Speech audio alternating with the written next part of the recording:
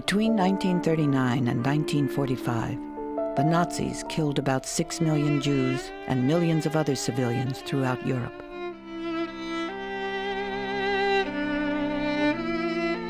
These are some who were slaughtered in the Holocaust.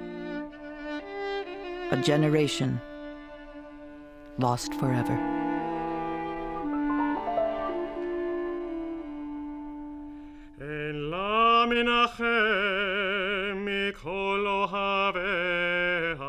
Jews are the people of the Hebrew Bible who lived in a land now known as Israel. They believe that there is only one God. Christianity emerged from Judaism. Jesus of Nazareth was a Jew who preached a singular religious message. The first Christians were Jews who prayed in Hebrew and observed the customs and religious rituals of Judaism. The Last Supper was a Jewish religious meal, probably at Passover.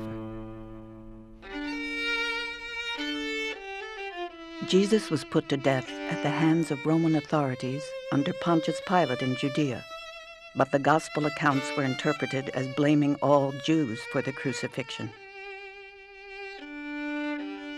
To his followers, Jesus was the Christ, the Messiah. His death, sacrificial atonement. Most Jews believed the Messiah had not yet come. Redemption was not at hand. Soon after the crucifixion, Roman armies destroyed the temple in Jerusalem. Jews were exiled and scattered to live as a dispersed minority. By the 5th century, Christianity had become the dominant religion in the Roman Empire. The early Christian church portrayed Jews as unwilling to accept the word of God. Illuminations showed Satan binding the eyes of the Jews. Some church leaders intensified the charge, condemning Jews as agents of the devil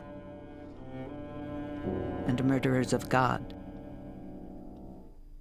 The accusation was not renounced until the 1960s, when the Second Vatican Council officially repudiated the ancient charge that Jews had murdered Christ.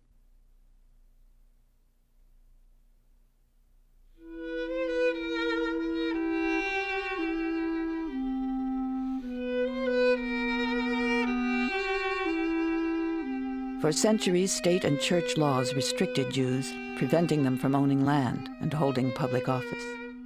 Guilds excluded Jews from most occupations, forcing them into pursuits like moneylending, trade, commerce. Excluded from Christian society, Jews maintained their religious and social customs. In 1095, Pope Urban II called for the liberation of Jerusalem. Christian crusaders set off to free the Holy Land from the Muslims. On the way, they slaughtered thousands of Jews.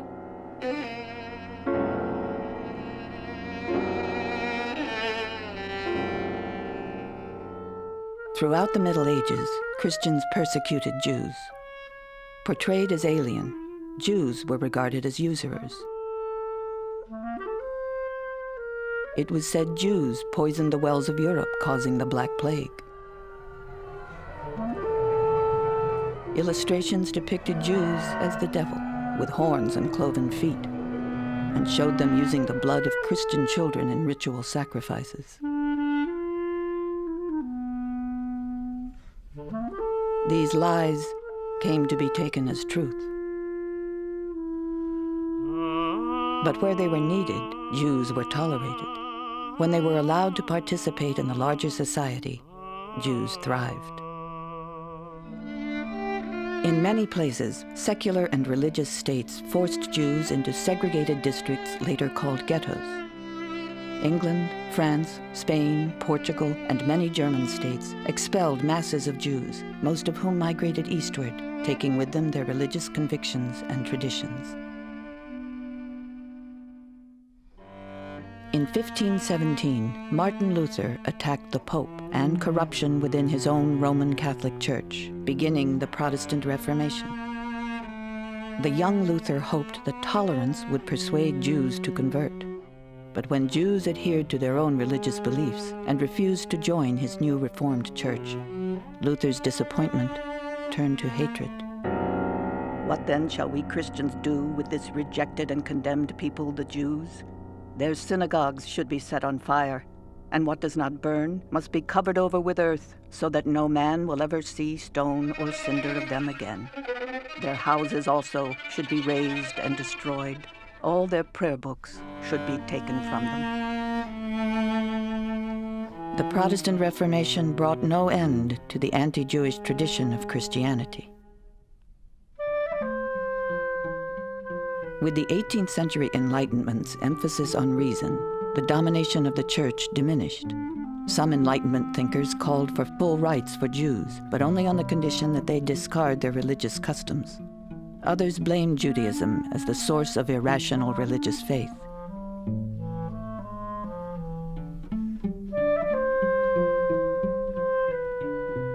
Even though many Jews assimilated socially and culturally, prejudice did not disappear.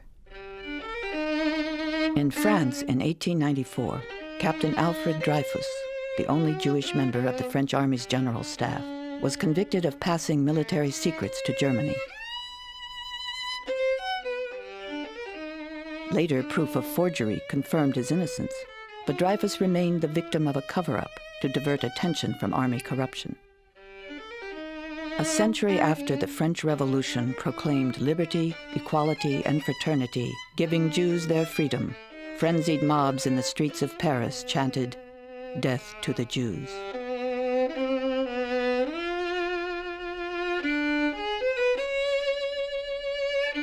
Religious discrimination had gradually changed into a thriving secular, political, and social anti-Semitism.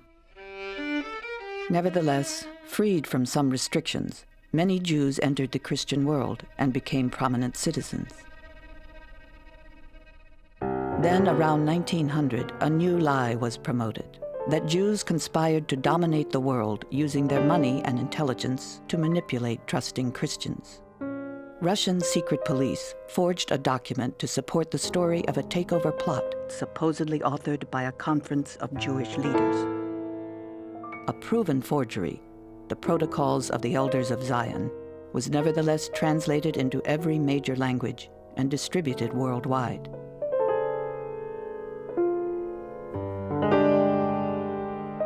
It is circulated even today, despite indisputable proof that it is a fake.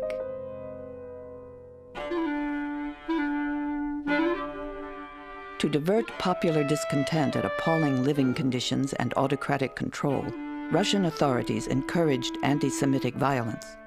Jews were blamed for the assassination of Tsar Alexander II in 1881. Pogroms, murderous rampages against Jews, erupted in Russia many times during the next 3 decades.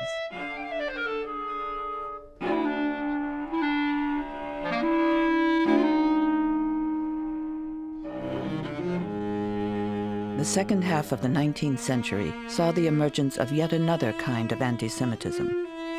At its core was the theory that Jews were not merely a religious group, but a separate race, Semites, set apart because of genetically inherited characteristics.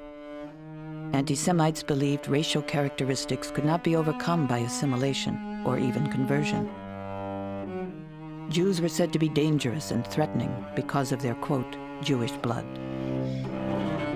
Anti-Semitic racism united pseudo-scientific theories with centuries-old anti-Jewish stereotypes. These ideas gained wide acceptance.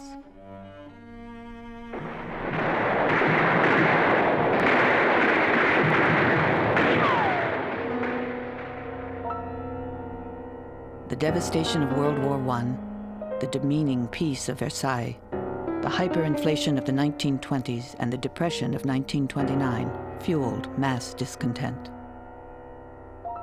The presence of Jews in German cultural, economic, and political life made them convenient scapegoats for Germany's misfortunes.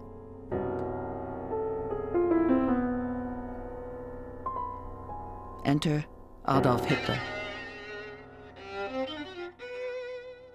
Hitler viewed world history as a racial struggle for survival of the fittest.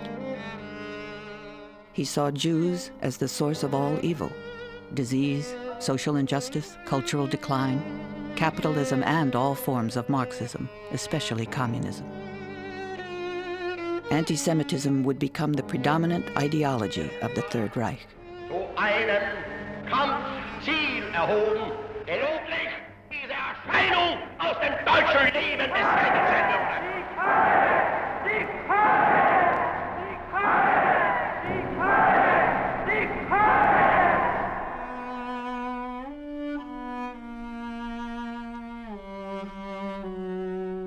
Nazi racism victimized many groups of people, but it was against the Jews that the Nazi state mobilized all its resources for terror. After the Nazi takeover of power, anti-Jewish measures were put into effect one after another. Jewish businesses were boycotted, then seized. Jews were defined, separated from non-Jews. Jews were excluded from professions and studies. Jewish children were barred from schools. Jews were subjected to public humiliation. The changes, whether gradual or sudden, were incomprehensible. Few could imagine what would happen, even Jews.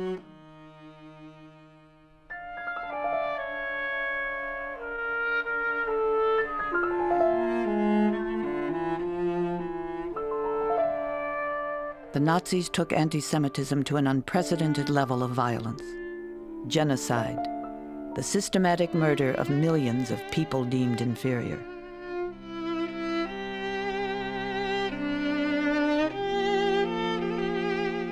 "6 million Jews. These are some of them.